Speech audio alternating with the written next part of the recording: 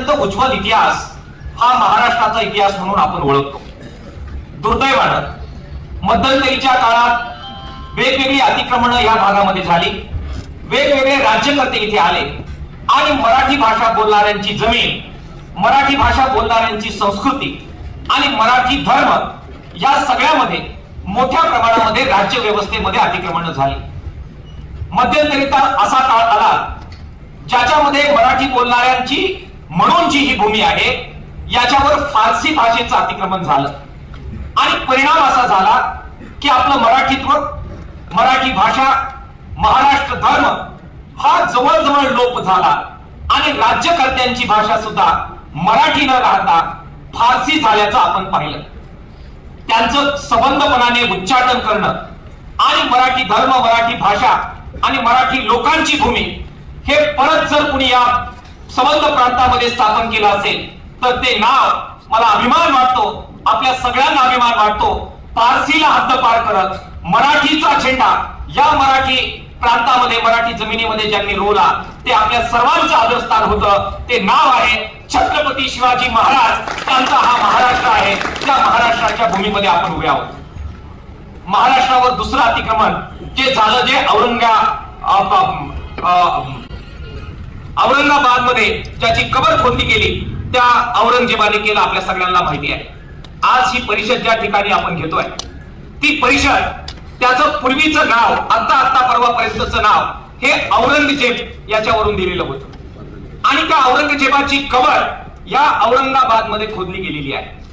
काही लोक ही कबर खोदून टाका म्हणतायत, ती जे काही निशाण आहे ते नष्ट करून टाका म्हणतायत. पण आपण असं म्हणतो की छत्रपती शिवाजी महाराजांचं स्वातंत्र्याचं निशाण मिटवून टाकण्यासाठी जे परकीय अतिक्रमण आलं, छत्रपती संभाजी महाराज यांनी जे अतिक्रमण प्राणपणाने रोखलं आणि तुमच्या आमच्या साक्षीने याच नगरमध्ये, शेवटच्या नगरमध्ये ज्या औरंगजेबाने देह सोडला आणि त्याची कबर आपल्या सर्वांचं एक प्रकारे विजयस्तंभ म्हणून, ज्याला परत या महाराष्ट्रातून जिवंत जाता आलं नाही, त्या औरंगजेबाची कबर ज्या औरंगजेबाच्या भूमीमध्ये आहे ती कबर आमच्या मराठ्यांच्या विजयाचं प्रतीक आहे असे मानणारे आम्ही लोक आहोत. त्या औरंगजेबाच्या नावाने असणाऱ्या, पूर्वी नावाने असणाऱ्या आणि आता छत्रपती संभाजीनगर या नावाने असणाऱ्या त्या मराठी भूमीमध्ये, मराठी प्रांतामध्ये मराठी संस्कृतीचा झेंडा घेऊन पुढे जाणाऱ्या किसान सभेच्या नेतृत्वाखाली आपण ही परिषद, जमीन हक्क परिषद आपण या ठिकाणी घेतोय.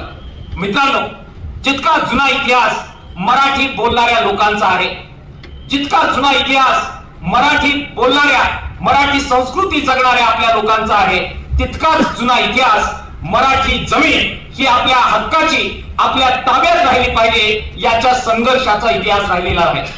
ही जमीन आपल्याकडून काढून घेण्याचे इतिहासामध्ये अनेक प्रयत्न झाले. परकीय अतिक्रमणांच्या सगळ्या पलटणींनी ते केले, वेगवेगळ्या नवीन आलेल्या परदेशी अतिक्रमण धारकांनी ते केले आणि ही जमीन आपल्याकडून काढून घेण्यासाठी अनेक संघर्षाला आपल्याला सामोरं जावं लागलं. आज ज्यावेळी आपण आपली जमीन, मराठी भाषिकांची जमीन, ही मराठी संस्कृती जपणाऱ्यांची जमीन ही कसणाऱ्यांच्या नावावर झाली पाहिजे यासाठी आपण ज्यावेळी ही परिषद घेतोय त्यावेळी तो जुना इतिहास आणि या बातीबरोबर आपलं जे अत्यंत जिवंत नातं आहे ते अधोरेखित केल्याशिवाय मला आपल्या ह्या आजच्या परिषदेच्या मुख्य ठरावाकडे जाणं अशक्य वाटलं आणि म्हणून ही नाळ आणि ह्या इतिहासाचा संबंध प्रांत मी आपल्या पुढे अधोरेखित केला. आज आपण कॉम्रेड विजू कृष्णन यांच्याकडून अत्यंत महत्वाचा दृष्टिकोन जो किसान सभेच्या केंद्रीय कमिटीने आपल्यापुढे ठेवला तो जमिनीचा दृष्टिकोन आपण लक्षात घेतला. आजच्या परिषदेमध्ये किसान सभेचा हा दृष्टिकोन समजून घेत असताना आपला जमिनीच्या बद्दलच्या लढ्याचा इतिहास काय आहे त्याचा एक धावता आढावा अत्यंत 2 मिनिटांमध्ये आपण समजून घेतला पाहिजे. आज सकाळी ज्यावेळी रेस्ट हाऊसवर कॉम्रेड विजू कृष्णन आणि आम्ही चहा घेत होतो त्यावेळी त्यांनी मला विचारलं की काय परिस्थिती आहे महाराष्ट्राची, विशेषतः जमिनीच्या बद्दलची काय परिस्थिती आहे. मी त्यांना फार अभिमानाने सांगितलं की इतर देशाच्या, इतर राज्यांमध्ये ज्या प्रकारची जमीन वाटपाची परिस्थिती आहे त्यापेक्षा वेगळी परिस्थिती कॉम्रेड विजू आमच्या महाराष्ट्रामध्ये आहे. आपण उत्तर प्रदेश, बिहार, वेगवेगळी जी हिंदी भाषिक राज्य आहे, जी इतर राज्य आहेत त्याच्यामध्ये मोठ्या प्रमाणात जमीनदारीच्या बद्दलची जे अंश हे मोठ्या प्रमाणामध्ये आपण पाहतो। एक एक शेतकरी आहे ज्या शेतकऱ्यांकडे त्या सगळ्या ठिकाणी हजार एकर जमीन, 500 एकर जमीन आणि हजारो लोक त्या जमिनीवर कुळाने किंवा अजूनही गुलामासारखे राहतात, अशी परिस्थिती स्वातंत्र्यानंतर सुद्धा इतर प्रांतामध्ये आणि देशामध्ये आपल्याला दिसते। कॉम्रेड विजू मला विचारत होते की महाराष्ट्रामध्ये असे प्रचंड मोठे बागायतदार शेतकरी आहेत का ज्यांच्याकडे 1000 एकर जमीन आहे, 500 एकर जमीन आहे, 200 एकर जमीन आहे? मी त्यांना नम्रपणाने उत्तर दिलं की नाही, महाराष्ट्रामध्ये ही परिस्थिती नाही। याच्यामध्ये बदल आहे, जमीनदारीचे अंश आहेत की नाही? आहे। सांस्कृतिक मागासलेपणा जमीनदारी अंशातून अजूनही अस्तित्वात आहे की नाही? आहे। पण जमिनीचं जे वाटप आहे त्या वाटपामध्ये जे संघर्ष महाराष्ट्रात झाले त्याचा परिणाम म्हणून असेल, परंतु 85% शेतकरी आज महाराष्ट्रामध्ये आपल्याला खातेदार जर आपण काढून पाहिले, 2 आंदोलनं आपण केली कर्जमाफीची, आणि त्यामुळे अनेक आकडेवारीचा अभ्यास हा आपल्या सर्वांच्या हाताखालून गेला। 85% महाराष्ट्रातले शेतकरी हे 5 एकरच्या आतील शेतकरी आहेत आणि 5 एकर पेक्षा जास्त असणारे शेतकरी जे आहेत त्यातले आणखी परत 5% शेतकरी हे 10 एकर पर्यंत कोरडवाहू शेतकरी आहेत। हे परिस्थिती, जमीन वाटपाची जी वेगळी परिस्थिती महाराष्ट्रात आहे ही अशी का निर्माण झाली याचा प्रश्न कॉम्रेड विजू कृष्णन यांनी विचारला। मला या परिषदेला सुरुवातीला हे सांगितलं पाहिजे की याचं श्रेय, या जमीन वाटपाचं श्रेय, या जमिनीच्या हक्कांची लढाई जी आपल्या पूर्वजांनी केली त्या पूर्वजांच्या ह्या लढाईमध्ये हे श्रेय दडलेलं आहे की आमच्याकडे हजार एकरचा जमीनदार औषधाला सुद्धा या महाराष्ट्रामध्ये आमच्या लढवय्या पूर्वश्रमीचे जे काही लढवय्ये होते त्यांनी ठेवलेलं नाही। त्याचे वारसदार म्हणून आज आपण सगळे या ठिकाणी जमलेलो आहोत। कोण होते हे वारसदार? आपण आपला इतिहास विसरतो आणि त्यामुळे वेगवेगळ्या प्रांतातील ज्या सगळ्या संस्कृती आहेत त्या आपल्यावर राज्य करण्यासाठी महाराष्ट्रात येतात आणि आपली ही संबंध लिगसी हे आपलं सगळं जे काही प्रचंड मोठा वारसा त्याचा आपल्याला विसर पडतो आणि नको त्यांच्या नादाला लागून मोदी है तो मुमकिन है इथपर्यंत आपल्या लेकरांची भाषण आणि घोषणा जातात।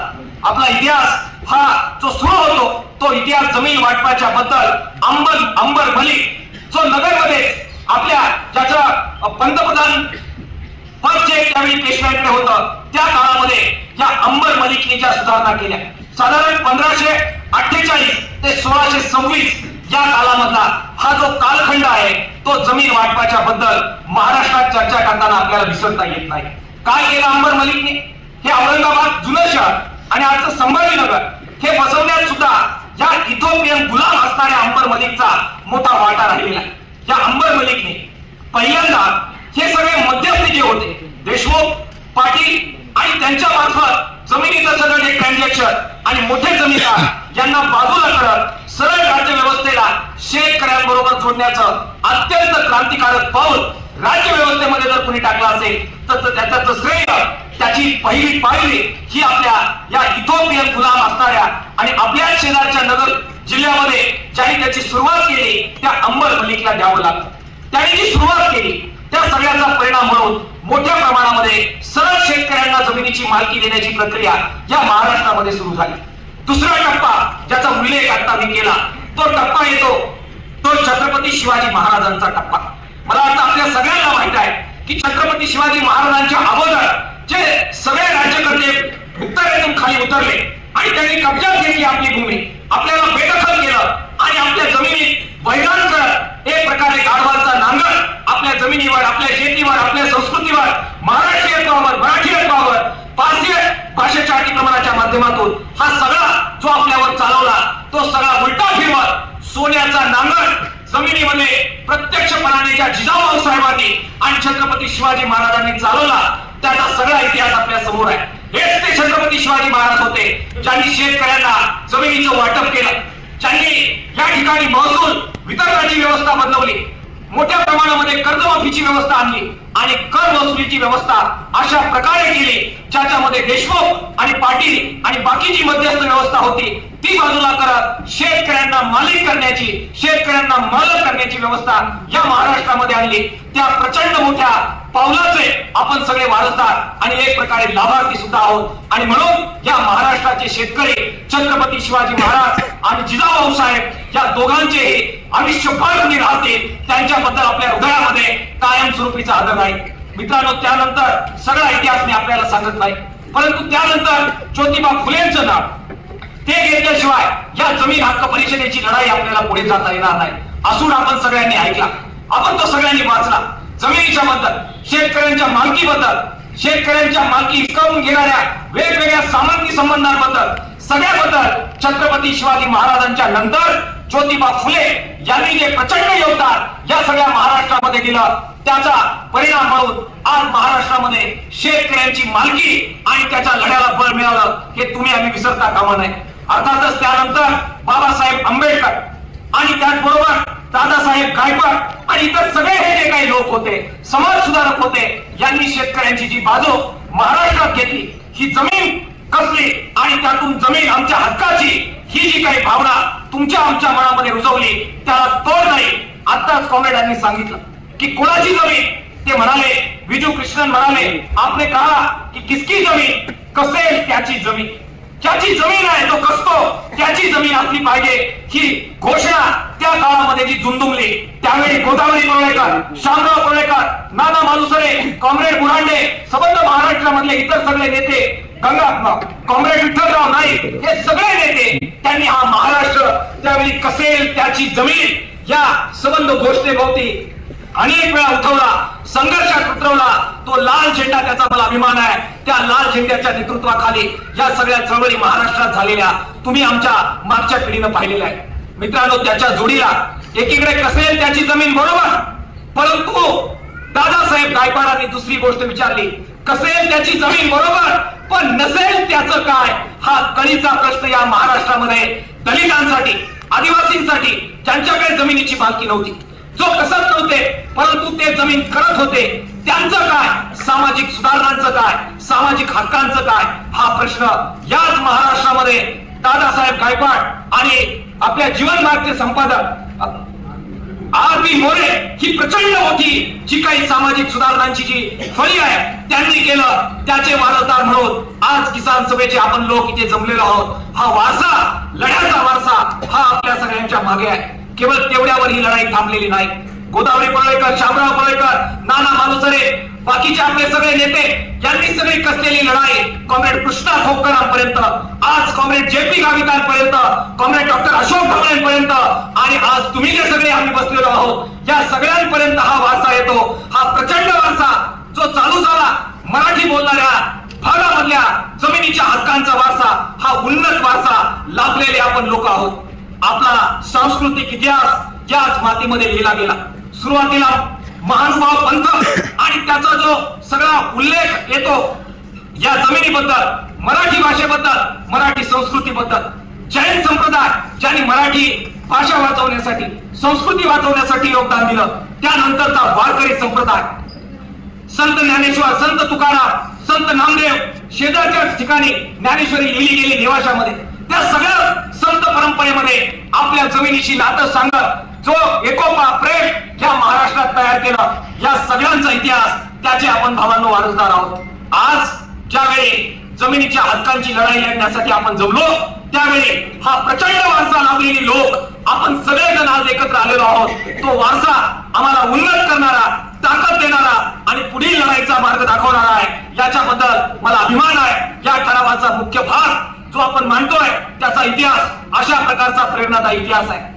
अनेक अतिक्रमण आपल्या जमिनी आपल्याकडून काढून घेण्यासाठी झाल्या. ठाणे पालघरमध्ये, नाशिकमध्ये सावकारशाहीच्या विरोधात जो संघर्ष झाला, त्याच्यामध्ये ती जमीन टिकवण्यासाठी अनेक वारली शेतकऱ्यांनी आपल्या प्राणाची आहुती दिलेली आहे. अनेक आदिवासी शेतकऱ्यांनी नाशिकमध्ये, नंदुरबारमध्ये, धुळ्यामध्ये, अहमदनगरमध्ये, गडचिरोलीमध्ये सगळ्या ठिकाणी अनेक आदिवासी क्रांतिकारकांनी ही जमीन आपल्याकडे टिकवण्यासाठी आपल्या प्राणाची आहुती दिलेली आहे. राघोजी भांगरेंचा उल्लेख आपण अत्यंत अभिमानाने करतो. काय लढा होता तो? इंग्रजांचं अतिक्रमण आम्ही मान्य करणार नाही, ही जमीन आमची आहे, आमच्या मालकीची आहे, अशा प्रकारचा योगदान त्यांनी दिलेला आपल्याला दिसतो. तंट्या भिल्लांपासून अनेक आदिवासी क्रांतिकारक त्यांनी जो जमिनीसाठी संघर्ष केलाय, आपण सर्वजण त्या प्रचंड उत्तुंग अशा प्रकारच्या लढ्याचे वारसदार आहोत. आणि म्हणून आज कसे त्याची जमीन असे, नसेल त्याला सुद्धा जमीन असेल आणि आमची जमीन कोणी काढून घेऊ तर त्या जमिनीमध्ये त्याचं थर्ग काढलं जाईल हे सांगण्यासाठी आजची परिषद भावांनो आणि बहिणींनो आज आज आपण या ठिकाणी घेतोय. जमिनीच्या या परिषदेचा मुख्य ठरावाच्या कॉपीज आपल्याकडे वितरित करण्यात आलेल्या आहेत. आपल्याला माहिती आहे की आज राज्यकर्त्यांना आपल्या जमिनी आपल्याकडून काढून घ्यायच्या आहेत. त्या काढून घेऊन कॉर्पोरेट कंपन्यांना त्या बहाल करायच्या आहेत. त्यासाठी शेतीचं संबंध धोरण त्यांनी कॉर्पोरेट केंद्री, श्रीमंत केंद्री आणि भांडवलदार केंद्री बनवलंय. त्या सगळ्याचं सुरुवात आपल्याला माहिती आहे 1991च्या ज्या सुधारणा केल्या तेव्हापासून झाली. त्याचा परिणाम आज संबंध देशभर एक प्रचंड मोठं शेतीचं संकट तुमच्या आमच्या मानगुटावर बसलेलं आपण पाहतोय. या शेतीच्या संकटाचा जो परिणाम झाला त्यामुळे ही प्रचंड मराठी बोलणाऱ्यांची भूमी, प्रचंड मोठा इतिहास असणारी भूमी आज दुर्दैवानं संबंध देशभर कशासाठी ओळखली जात असेल तर सर्वात जास्त शेतकरी आत्महत्या ज्या राज्यामध्ये होतात दुर्दैवानं त्याच्यासाठी ही मराठी जमीन आज ओळखली जाते. दुर्दैवानं जे संबंध शेतीचं धोरण राज्यकर्त्यांनी घेतलं त्याचा सगळ्यात वाईट परिणाम जर कोणावर आज होत असेल तर त्याचा वाईट परिणाम होणारी भूमी म्हणून महाराष्ट्राचं नाव घेतलं जातं. जी अन्नदात्याची भूमी ती आज दुर्दैवानं या राज्यकर्त्यांच्या धोरणामुळे शेतकऱ्यांसाठी स्मशानभूमी ठरेल अशी परिस्थिती निर्माण झालेली आहे. या शेती अरिष्टाचे पैलू आपण आपल्या ठरावामध्ये 5 महत्वाच्या मुद्द्यांच्या स्वरूपामध्ये मांडलेले आहेत. राज्य अधिवेशनामध्ये या 5 मुद्द्यांवर आणि त्या व्यतिरिक्त सुद्धा बाकी अनेक मुद्द्यांवर आपण चर्चा केलेली आहे. ते 5 मुद्दे म्हणजे एकीकडे अरिष्ट जे निर्माण झालं त्यामध्ये शेतीमालाचा वाढता उत्पादन खर्च, घसरते शेतीमालाचे भाव, नैसर्गिक आपत्ती, त्याचा सातत्यानं होत असलेला मारा, हे 3 प्रमुख मुद्दे याच्यामुळे शेतकरी आपल्याला प्रचंड अडचणीत आलेला दिसतो. आणि या 3 मुद्द्यांना प्रचंड वाईटरित्या जर अजून कोण प्रभावित करत शेतकऱ्यांना मातीत घालत असेल तर याच्या जोडीला राज्यकर्ते आपल्या जमिनीच्या हक्कांवर प्रचंड मोठा हल्ला करताना आपल्याला दिसत आहेत आणि अन्याय्य पद्धतीनं आपल्या जमिनीचं संपादन करताना दिसत आहेत. हे 5 मुद्दे, हे मुख्य मुद्दे आज शेती अरिष्टाला जबाबदार आहे. याचं आकलन किसान सभेने यापूर्वी अनेकदा केलेलं आहे. त्याच्याशी मला वाटतं तुम्ही सगळे सहमत असाल. या 5 मुद्द्यांपैकी केंद्रीय किसान सभेनं सांगितल्याप्रमाणे आज आपण जमिनीच्या मुद्द्यांची चर्चा करण्यासाठी जमलेलो आहोत. आपल्या अहवालामध्ये जो तुमच्या पुढे ठरावाच्या स्वरूपात आपण मांडलाय त्याच्यामध्ये आपण या शेवटच्या 2 मुद्द्यांची चर्चा प्राधान्याने करतोय. वन जमिनीचा मुद्दा साधारण 5 भागामध्ये 4 भागामध्ये हा ठराव मी आपल्या पुढे जो ठेवतोय त्याच्यामध्ये पहिला मुद्दा जो आहे तो शेतकरी कसत असलेली जमीन त्याच्या नावावर झाली पाहिजे हा लढ्याचा मुद्दा, हा या ठरावाचा भाग नंबर 1 म्हणून मी आपल्या पुढे ठेवतोय. अरिष्ट त्याला कारणीभूत असणारे जे मुद्दे आहेत त्या मुद्द्यापैकी जमीन नावावर नसणं हा एक महत्वाचा मुद्दा शेतीचं संकट तीव्र करण्यासाठी जबाबदार आहे. मला वाटतं तुम्ही आम्ही सगळेजण याच्याशी सहमत व्हाल. काय परिस्थिती आहे, आपण एक प्रचंड लढा जंगलची जमीन आपल्या नावावर झाली पाहिजे यासाठी दिला. 2005च्या अगोदर अनेक झुंजार लढे आपण यासाठी केले. डाव्या आघाडीचं पाठिंबा दिलेलं जे सरकार केंद्रामध्ये होतं पायरून आपला पाठिंबा होता आणि रस्त्यावर आपली लढाई होती म्हणून वनाधिकार कायदा झाला. आज 2005चा तो कायदा तो 2006 साली संमत झाला आणि आज आपण 2025 मध्ये भेटतोय. या प्रचंड कालावधीमध्ये कायदा असून सुद्धा अनेक ठिकाणच्या जमिनी काही आपल्या नावावर झाल्या पण मुख्य जमिनी अजूनही आपल्या नावावर नाही. शेतीचं संकट जे वाढलं, आपल्या जमिनी काढून घेण्याचं जे पाप झालं ते धुवून काढण्याच्यासाठी हा मुद्दा अत्यंत महत्वाचा मुद्दा आहे.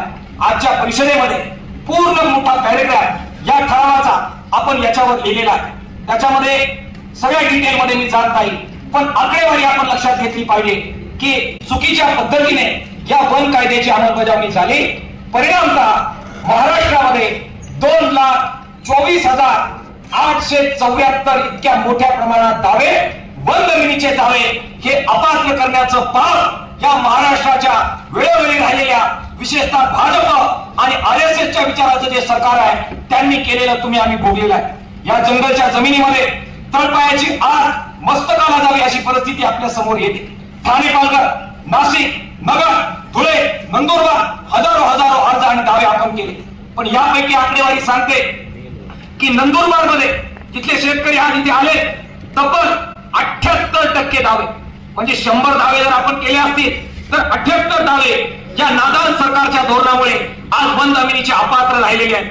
गडचिरोली सारखा भाग आहे, 65.7% दावे हे गडचिरोलीमध्ये अपात्र राहिलेले पाहिलेले आहेत. नाशिक जिथून प्रचंड लांब मार्च निघाला, 40,000 शेतकरी चालून गेले, त्या नाशिक सारख्या ठिकाणी सुद्धा तब्बल 65.2% दावे हे वन जमिनीचे अपात्र करण्याचं पाप या महाराष्ट्राच्या सरकारने केलेलं आपल्याला दिसतंय. ठाणे पालघर, गोदावरी परोळेकर, शामराव परोळेकर, प्रचंड लढ्याची भूमी, तिथे सुद्धा आकडा ऐकला तर डोक्यात आग गेल्याशिवाय राहत नाही. 50.99%. म्हणजे कॉम्रेड विनोद निकोले मंचावर आहे, लडका कलंगडा, लानी दवडा, डॉक्टर अशोक ढवळे, मरियम ढवळे सातत्यानं काम करतायत, तरी सुद्धा 50% दावे अपात्र करण्याचं काम ठाणे पालघर जिल्ह्यामध्ये या भाजपा रेसेच्या सरकारनं केलेलं आपल्याला दिसतंय. अहमदनगर आहे, बाकी पुणे आहे, अनेक ठिकाणी याच्यापेक्षा वेगळी परिस्थिती नाही. आणि म्हणून ही परिषद आज परत एकदा पुकारण्याचा निर्णय करते आहे की वनाधिकार कायद्याची नीटनेटकी अंमलबजावणी, जनताभिमुख अंमलबजावणी केली पाहिजे. आणि पुरावे वगैरे नाही, जमिनीचा ताबा हाच आमचा पुरावा हे मान्य करून संपूर्ण जमीन ही शेतकऱ्याच्या नावे केली पाहिजे. जमीन देता, पात्र करता, पट्टे देता, क्रेडिट घेता आणि मोजून देताना किती देता? द्यायला पाहिजे 10 एकर आणि देता 2 गुंठे, 4 गुंठे. अरे आमच्या घरातली माणसं एकत्र जर मेली आणि काढायची वेळ आली तर ती काढता सुद्धा येणार नाही, अशा प्रकारची एवढी जमीन आम्हाला देता. अरे आमचा प्रांत, मराठी बोलणाऱ्यांची भूमी, आम्ही कसलेली भूमी, पैकी आले आणि आम्हाला बाहेर लोटलं, आम्हाला पारडंदा केलं, आमच्या जमिनीवर आम्हाला बेदखल केलं आणि आज आमची जमीन आम्ही मागतो तर देता 2 गुंठे, 4 गुंठे आणि अपात्र करता 78% जमीन. लाजा वाटल्या पाहिजे. या सरकारला इशारा ही परिषद देते, सुधरून घ्या. सुधारला नाही तर तुमच्या सरकारला, तुमच्या सरकारच्या मस्तीला महाराष्ट्राच्या जमिनीमध्ये करण्याशिवाय राहणार नाही. हा निर्णय या जंगलच्या जमिनीच्या बद्दल आम्ही सगळे करतो. वन अधिकाराने आपल्याला त्याच्या जोडीला सामूहिक वन हक्काचा सुद्धा अधिकार दिला. मला आठवतं की त्यावेळी या वैयक्तिक वन दाव्याबरोबरच सामूहिक वन दावे आपण मागितले, अनेक ठिकाणी आपण अर्ज केले. आपल्याला आपल्या गावामध्ये आजूबाजूचं जंगल आहे, ते आमचं जंगल आहे, आमचा अधिकार आहे. त्यामुळे त्या जंगलावर वनोपजा म्हणजे हिरडा असेल, बेडा असेल, वेगवेगळ्या प्रकारची मध असेल, बांबू असेल, तेंदूपत्ता असेल, गोळा करण्याचा अधिकार आम्हाला असला पाहिजे. त्या सगळ्या परिस्थितीमध्ये तो विकण्याचा अधिकार, त्याच्यावर प्रक्रिया करण्याचा अधिकार असला पाहिजे. लढून आपण मिळवलं सामूहिक वन हक्काच्या अंतर्गत. सामूहिक अंतर्गत आजूबाजूची मासेमारी करण्याचा, खेकडं पकडण्याचा, चंचल पकडण्याचा हा अधिकार आम्हाला असला पाहिजे. आमची जनावरं चारण्याचा अधिकार, गायरानं राखण्याचा आम्हाला अधिकार असला पाहिजे. जे पारंपरिक अधिकार आम्हाला मिळाले ते वृक्ष संवर्धनाचे अधिकार आहे. आमच्या ज्या पारंपरिक देवता आहेत त्या आमच्या रानामध्ये आहे, जंगलामध्ये आहे, त्यांची आराधना किंवा त्यांची जी काही पूजा पद्धती आहे त्या संस्कृतीच्या रक्षणाचा आमचा अधिकार आहे. वन कायद्याने तो आपल्याला दिला. शिकार सोडून इतर जे सगळे परंपरागत अधिकार आहे सामूहिक वन हक्काने आम्हाला दिले. पण मिळाले का आपल्याला हे अधिकार? मिळाले का या प्रकारचे सामूहिक वन हक्क? अपवाद वगळता हे हक्क आजही आपल्याला मिळाले नाही. आज ज्यावेळी जमिनीच्या हक्कांची परिषद आपण घेतोय, हे सामूहिक वन हक्क या सरकारने आम्हाला दिले पाहिजे. या संभाजीनगरच्या भूमीमध्ये छत्रपती संभाजी महाराजांच्या नावाने जे शहर आहे आणि तुमच्या आमच्या सगळ्यांचं जे लढाईचं केंद्र आहे त्या ठिकाणी परिषद घेऊन या सामूहिक वन हक्काची परत एकदा मागणी ही परिषद या सरकारकडे आणि राज्य व्यवस्थेकडे करते आहे. मित्रांनो, मुद्दा नंबर 3 हा देवस्थान, इनाम जमिनी आणि वक्फ बोर्डाच्या जमिनीच्या बद्दलच्या अधिकाराचा आहे. कॉम्रेड उमेश देशमुख याच्याबद्दल सविस्तर बोलतील, पण आपण नेहमी मांडत आलो उपकार म्हणून नव्हे, जी मंदिरं राखली, मंदिराच्या आजूबाजूच्या जमिनी राखल्या आणि आमचे गुरव समाजाचे शेतकरी आज इथे मोठ्या प्रमाणात आलेले आहेत, त्यांचे नेते आलेले आहेत, आमच्या इतर गरीब समाजाचे लोक आलेले आहेत, पुजारी आहे, मंदिरं राखणार आहे, जमीन राखणार आहे. अरे लाख तास परकीय अतिक्रमणांचा झाला, त्यांनी देवळं तोडली, त्यांनी उद्ध्वस्त केले सगळे, परंतु त्या वातावरणात सुद्धा मंदिराच्या भोवतालच्या जमिनी आणि मंदिराची मालमत्ता राखली जर कोणी असेल तर ते हे पुजारी होते. हे मला सांगितलं पाहिजे की जनता जर नसती तर त्या जमिनी आज आपल्या ताब्यामध्ये राहिल्या नसत्या. त्या जमिनी आम्ही राखल्या, आम्ही कसल्या, आज ते काढून घेण्याचं पाप काही लोक करतायत. वक्फ बोर्डाच्या जमिनीच्या बद्दलचं राजकारण महाराष्ट्रात आणि देशात खेळलं जात आहे. या जमिनी काढून घेऊन मुठभर वक्फ बोर्डाकडे हस्तांतरित करायच्या आणि ज्या जमिनी तुम्ही आम्ही कसतो तिथून खऱ्या कसणाऱ्यांना बेदखल करण्याचं पाप या महाराष्ट्रात आणि देशात सुरू आहे. आपली भूमिका कसेल त्याची जमीन आणि म्हणून आमच्या ताब्यात आहे.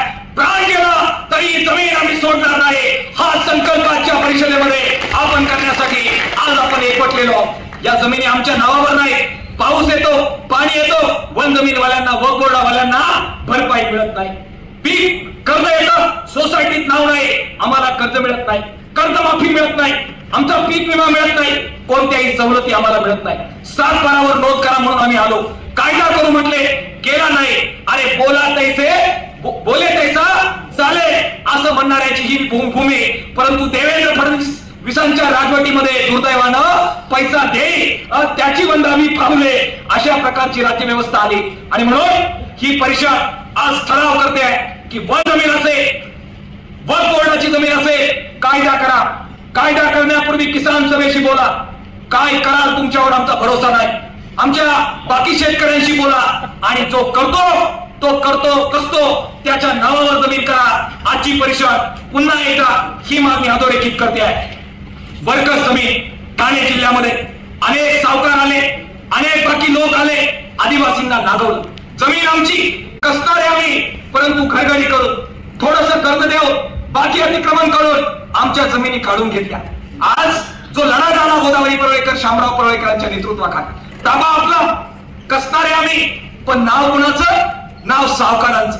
लढा केला आपण. काय केलं? सावकारांना विनोदराव सावकारांना लढा करून आपण शेपाटून घातलं, हुसकून लावलं, परंतु शेपाटून गेले जे गेले. आजही त्यांची अनेक ठिकाणी नावं ही 7/12 जशीच्या तशी. मग बुलेट ट्रेन येते, जमीन ताब्यात आपल्या, भरपाई कोणाला? ज्याला शेपाटून घातलं त्याला. बाकी जमीन आपल्या ताब्यात, परंतु तो तिकडे बसतो गुजरातला, तो तिकडे बसतो मुंबईला आणि परस्पर जमीन विकून टाकतो. ज्याला कुठे जमीन आहे माहित नाही आणि ताबा कोणाकडून काढायला येतात? आपल्याकडून. आणि शेपाटून गेलेला तो होतो मोठा पैसेवाला. अरे गोदावरी पडळकर, शामराव पडळकरांची भूमी आहे, तुला एकदा शेपाटून घातला, आता तुझा नातू जमीन सांगतो त्याला सुद्धा तसंच शेपाटून घातल्याशिवाय आम्ही राहणार नाही. हा परिषदेमध्ये तो ठराव परत एकदा त्याच उच्माथ्यानं भावांनो आपल्याला करायचा आहे. गायरान जमिनीचा प्रश्न आहे मोठ्या प्रमाणात या महाराष्ट्रामध्ये. दलित समाजामध्ये दादासाहेब गायकवाडांनी ते सांगितलं, अरे नसेल त्याचं काय, असेल कसेल त्याची जमीन बरोबर, पण नसेल त्याचं काय, त्यांनी ताब्यात घेतली ही गायरानाची जमीन. आज तुम्ही काय करताय? बबरुवान पोटबरे आले, आमचे अजय पुरांडे आणि बाकी सहकारी आले. बीड मध्ये नुकताच आपल्या लाल बावट्याच्या नेतृत्वाखाली लढा झाला. या आमच्या गायरानाच्या जमिनी ज्या आमच्या नावावर करायचं सोडून तुम्ही आज कोणाला देताय? वीज कंपनी, जे सोलर पॅनल बसवणारे आहेत, जे फडणवीसचे चमचे आहेत, जे अजितदादाचे चमचे आहेत, जे शिंदेचे चमचे आहेत, त्यांना तुम्ही सोलर पॅनलच्या नावाखाली गावाच्या गावं गायरान जमिनीचे तुम्ही देताय. अरे ही छत्रपती शिवाजी महाराजांची भूमी आहे. सामाजिक सुधारणांची आग असलेल्या शाहू फुले आंबेडकरांचं रक्त असणाऱ्यांची भूमी आहे. बीड मध्ये आला, आदिवासी दलित कुटुंबावर हल्ला केला, हा लाल बावटा आणि निळा झेंडा एकत्र उतरला, लढा परवा झाला आणि आनंदाने सांगतो त्या पैठणीला माघार घ्यावी लागली. लाल बावटा निळा झेंडा एकत्र लढला आणि आपली गायरानाची जमीन आपण वाचवू शकलो. महाराष्ट्रभर या ज्या गायरानाच्या जमिनी आहे आज आपल्याला ठराव करायचा आहे. संपूर्ण महाराष्ट्रभर सर्वे करू आणि या सगळ्या गायरानाच्या जमिनीचा लढा त्याच्या नावावर जो करतो कसतो त्याच्या नावावर झाला पाहिजे. हा लढा आपल्याला घेऊन जायचा आहे. घराच्या तळजमिनीचा प्रश्न, सदाशिव साबळे आले, नामदेव भांगरे आले, एकनाथ मेंगार आले, नगर पासून आपण सुरुवात केलेली आहे. जे घर आहे ते घराचा इमला आमच्या नावावर, ग्रामपंचायतीत नोंद आमची, पट्टी आमचा दादा भरत होता, मग आमचे वडील भरत होते, मग आता आम्ही भरतो, नंतर आमची लेकरं भरती. घराचा इमला आमचा, पण तळाच्या जमिनीचा उतारा काढायला गेलो की तो गावठाणाचा, तो गायरानाचा, तो सरकारी नावाचा.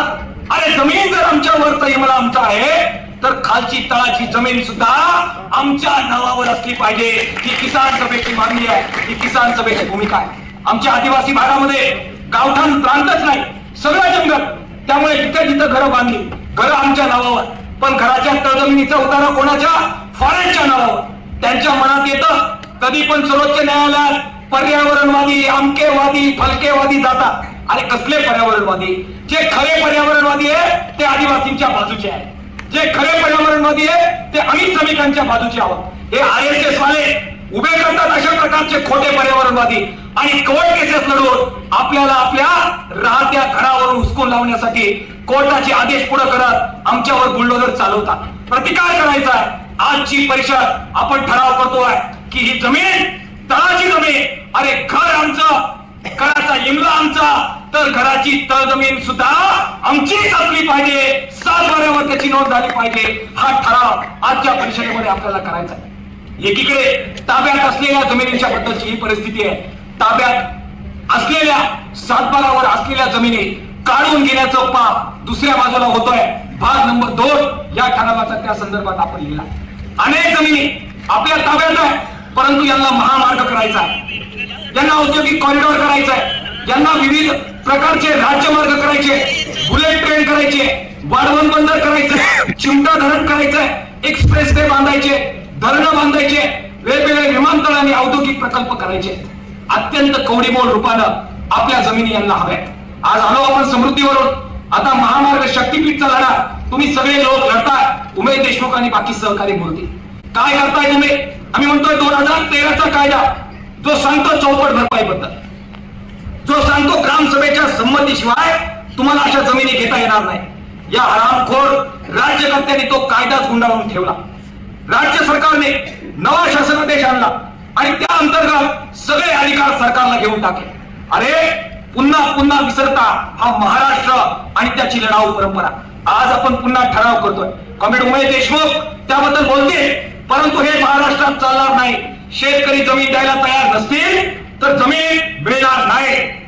जी देणार असतील त्याचा योग्य मोबदला, रास्त पुनर्वसन आणि खणखणीतपणाने पर्याय दिल्याशिवाय ती जमीन सुद्धा मिळणार नाही. हा संकल्प आजच्या परिषदेमध्ये भावांनो आपल्याला करायचा आहे.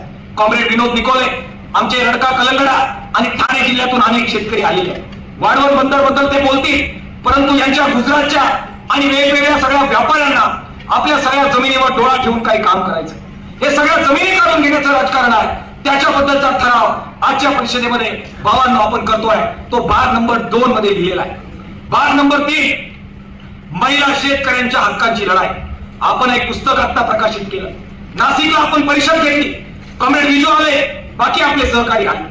अरे निम्मा भाग महिलांचा आहे. आपण वारसदार आहोत मातृसत्ताक पद्धतीचे, ज्या महाराष्ट्रामध्ये गावागावामध्ये मातेची पूजा करणारे आणि मातृसत्ताक अशा प्रकारचे अवशेष असणारे आपली संस्कृती आज अस्तित्वात आहे. ज्या मराठी धर्माबद्दल मराठी संस्कृतीबद्दल आपण बोललो, त्याचे सगळे जर इतिहास काढले तर मातृत्व आणि मातृत्व केंद्रीय अशा प्रकारची व्यवस्था तुम्ही आम्ही त्याचे सगळे पायक आहोत. पण आज शेतकऱ्याचा सातबारा कोणाच्या नावावर? कस्तारी माय माऊली, श्रम करणारी माता महिला, परंतु उतारा तिच्या नावावर नाही. महाराष्ट्राचा आकडा मी तुम्हाला सांगतो. एकूण खातेदारांपैकी फक्त 15% खातेदार महिला आहेत. सर्व खातेदार पुरुष. आपण ठराव केला, पुस्तिका काढली, महाराष्ट्रभर आपण ती घेऊन जातोय आणि आज पुनरुच्चार या परिषदेमध्ये करतोय की घराच्या नावावर, घराच्या तळजमिनीवर आणि कसत असलेल्या जमिनीवर पुरुषाच्या नावाच्या बरोबर किंबहुना पुरुषाच्या नावाच्या अगोदर महिलांची नावं असली पाहिजे. आजच्या परिषदेमध्ये त्यांच्या हक्कांचा जागर पुन्हा एकदा करतोय. टाळ्या वाजून या परिषदेने त्याचं स्वागत जोरदारपणाने केलं पाहिजे. मित्रांनो, भाग नंबर 4 जो शेवटचा भाग आहे. केंद्रीय किसान सभेने या सगळ्या जमिनीच्या प्रश्नाबरोबर आरपारच्या लढ्याची घोषणा केलेली आहे. ग्रामीण भागामध्ये जी सगळी नवी परिस्थिती जागतिकीकरणामुळे आली, त्यामुळे मोठे बदल झालेले आहेत. मोठा एक नवा वर्ग, ग्रामीण श्रीमंतांचा वर्ग अस्तित्वात आला. त्या श्रीमंतांच्या हातामध्ये जमिनीची मालकी आहे, परंतु त्याच्या जोडीला गावातला मोठा उद्योग, मग तो बांधकाम उद्योग असेल, पेट्रोल पंप असतील, सहकारी सोसायट्या असतील, अवजारं असतील, गोदामं असतील, कारखाने असतील, हे सगळं आणि आपले वेगवेगळे कृषी साधनं आणि विक्रीची दुकानं असतील, मोठमोठ्या बँका आणि पतसंस्था असतील, या ग्रामीण श्रीमंतांच्या हातामध्ये गेलेल्या आपल्याला दिसत आहे. नवीन वर्ग अस्तित्वात वेगळ्या स्वरूपामध्ये आलेला आपल्याला दिसतोय.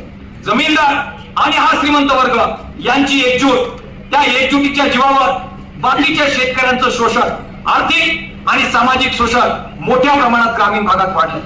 दुसऱ्या बाजूला शेती परवडत नाही म्हणून शेतीतून शेतकरी आणि शेतमजूर बाहेर पडला आणि मोठ्या प्रमाणामध्ये बांधकाम कामगार, मोठ्या प्रमाणामध्ये दुकानात काम करणारा कामगार, मोठ्या प्रमाणामध्ये इतर व्यवसायामध्ये काम करणारा कामगार हा ग्रामीण भागामध्ये अस्तित्वात आलेला आहे.